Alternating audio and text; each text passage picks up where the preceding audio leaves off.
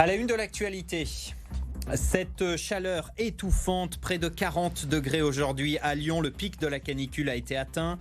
Pour protéger les agents de la chaleur, les déchetteries de la métropole lyonnaise ont modifié leurs horaires d'ouverture.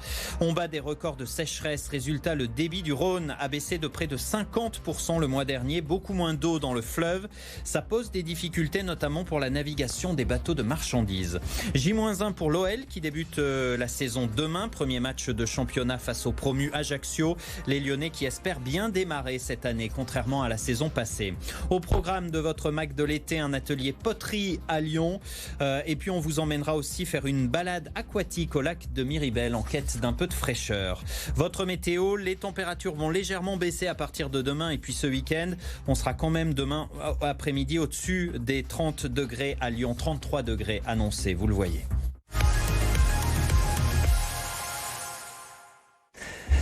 Face à la canicule, la métropole de Lyon a donc réduit les horaires d'ouverture des déchetteries. Pourquoi ? Pour éviter que les agents n'attrapent un coup de chaud, eux qui travaillent en plein cagnard. Jérémy Pin. Ce qui est plastique, polystyrène, encombrant benne numéro 3. Je vous remercie. 10h du matin, il fait déjà plus de 30 degrés dans cette déchetterie et l'ombre se fait rare. En milieu d'après-midi, même en fin de matinée déjà, ça commence vraiment à chauffer là. Puis surtout avec le bitume là qu'on a là, la chaleur remonte tout. On prend le soleil en pleine face, on n'a rien du tout pour se couvrir. On aimerait bien avoir un prio au moins pour l'ombre. Face à cette situation extrême, une seule solution. On s'hydrate et il faut bien boire parce que là je vous dis, c'est 2-3 litres par jour pratiquement. Lors des épisodes de canicule, les horaires des 19 déchetteries de la métropole de Lyon sont modifiés. Les agents commencent plus tôt le matin et terminent le travail à 14h. Chaque jour, donc à 16h, on a l'actualisation de l'alerte Météo France. Et donc s'il y a maintien de l'alerte orange, on continue l'adaptation des horaires.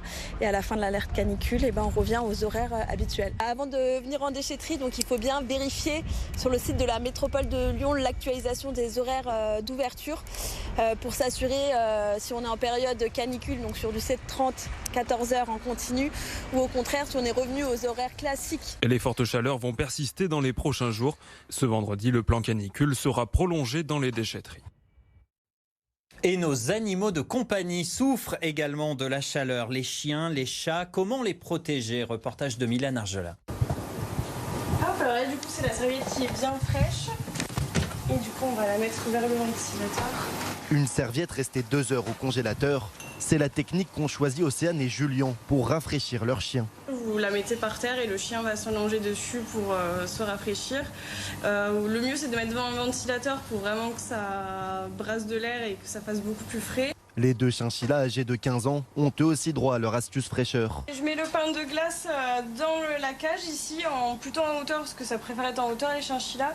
Et je mets toujours des petits bouts de pomme à côté pour leur montrer que c'est là. En cette période de canicule, le principal risque pour les animaux est le coup de chaleur.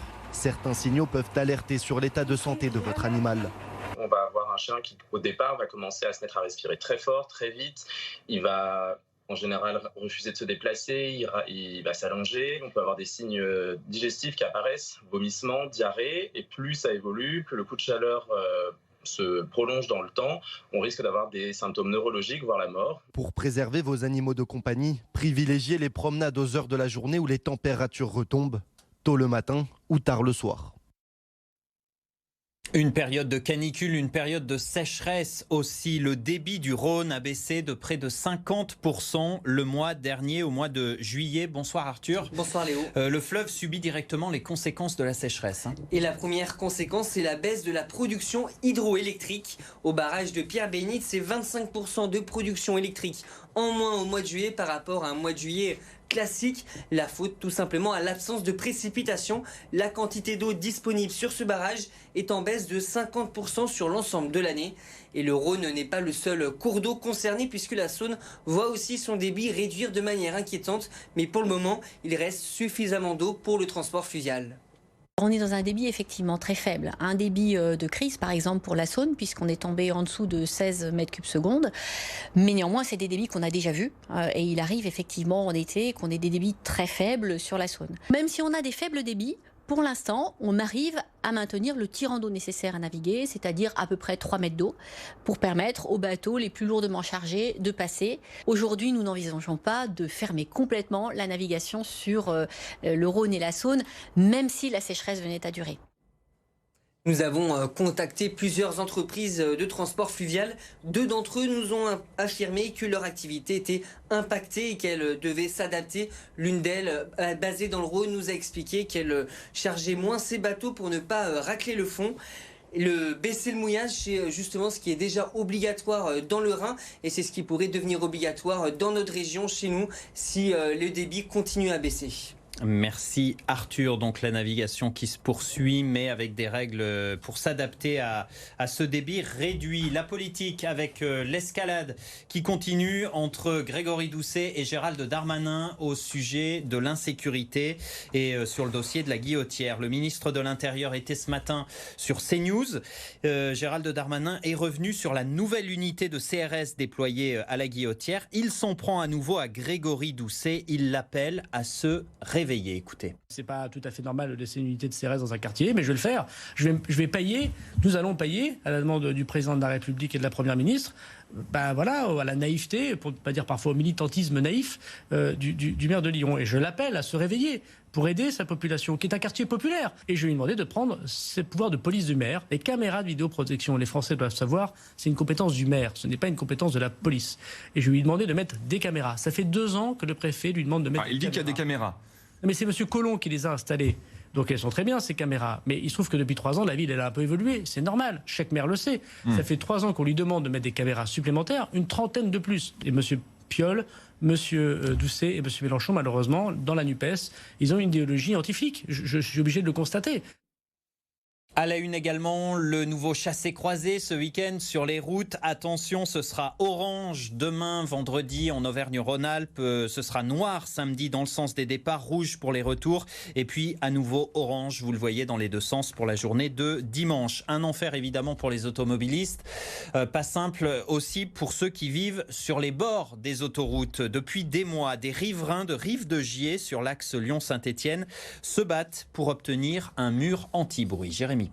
Les oubliés de la 47, voilà comment se définissent ces habitants riverains de l'autoroute qui attendent désespérément des actions contre le bruit. L'hiver dernier, nous avions rencontré René Paul. Il habite à une vingtaine de mètres de l'autoroute. On a du bruit le matin, le midi, l'après-midi, le soir. On ne s'entend plus. Regardez, j'arrive pratiquement pas à discuter avec vous. Il y a juste une petite barrière. On a toujours peur qu'un camion, une voiture, elle tombe sur nos maisons. Un mur anti-bruit, voilà la solution à court terme pour ces habitants de Rive-de-Gier et Saint-Joseph dans la Loire.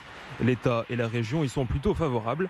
Mais pour René Paul, recontacté récemment, rien n'a changé. On passe de l'autoroute, on la prend et puis c'est tout. Mais on ne voit pas les problèmes au quotidien des habitants. Et ce que je vous dis, c'est que tant qu'il n'y a pas d'accident grave, eh ben là, personne ne bougera. Fraîchement élu aux élections législatives, le député Emmanuel Mandon s'est engagé pendant la campagne pour faire construire ce mur.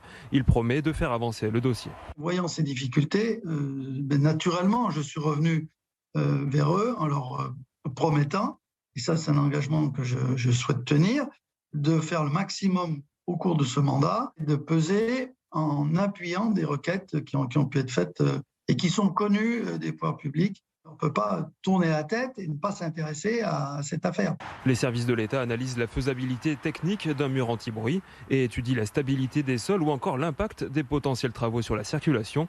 Les résultats sont attendus pour l'automne.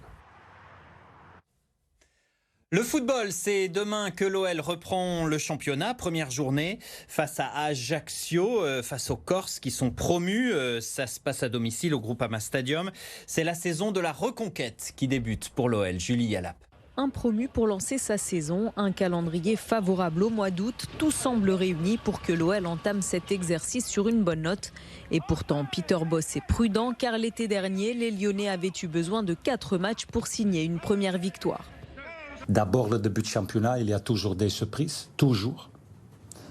Quand tu regardes notre saison qu'on a eue la saison dernière, on a perdu beaucoup de points sur surtout les petits clubs. Donc, s'il te plaît, je veux les joueurs sont à 100% concentrés pour ces matchs-là parce qu'on sait que ce n'est pas facile. Avec les retours de Corentin Tolisso et Alexandre Lacazette, promu capitaine, le club rhodanien gagne en expérience, utile pour ne pas revivre le cauchemar de la saison passée. Je sens qu'ils sont déçus d'avoir terminé à la 8e place la saison passée, qu'ils n'ont pas envie de recommencer. Donc, de ce que j'ai pu ressentir, des discussions qu'on a ou que j'ai pu juste écouter, cette saison, l'équipe a envie de bien faire, retrouver les places européennes. Un groupe renforcé, une préparation encourageante, voilà de quoi retrouver confiance et régularité et atteindre l'objectif de la saison, une place européenne. Même en vacances, les supporters lyonnais et stéphanois en viennent aux mains. Une bagarre a éclaté la nuit dernière en Ardèche entre des touristes, d'un côté des fans de l'OL, de l'autre des fans de Saint-Étienne. 4 blessés dans cette rixe, blessés notamment à l'arme blanche. Information de nos confrères de France 3.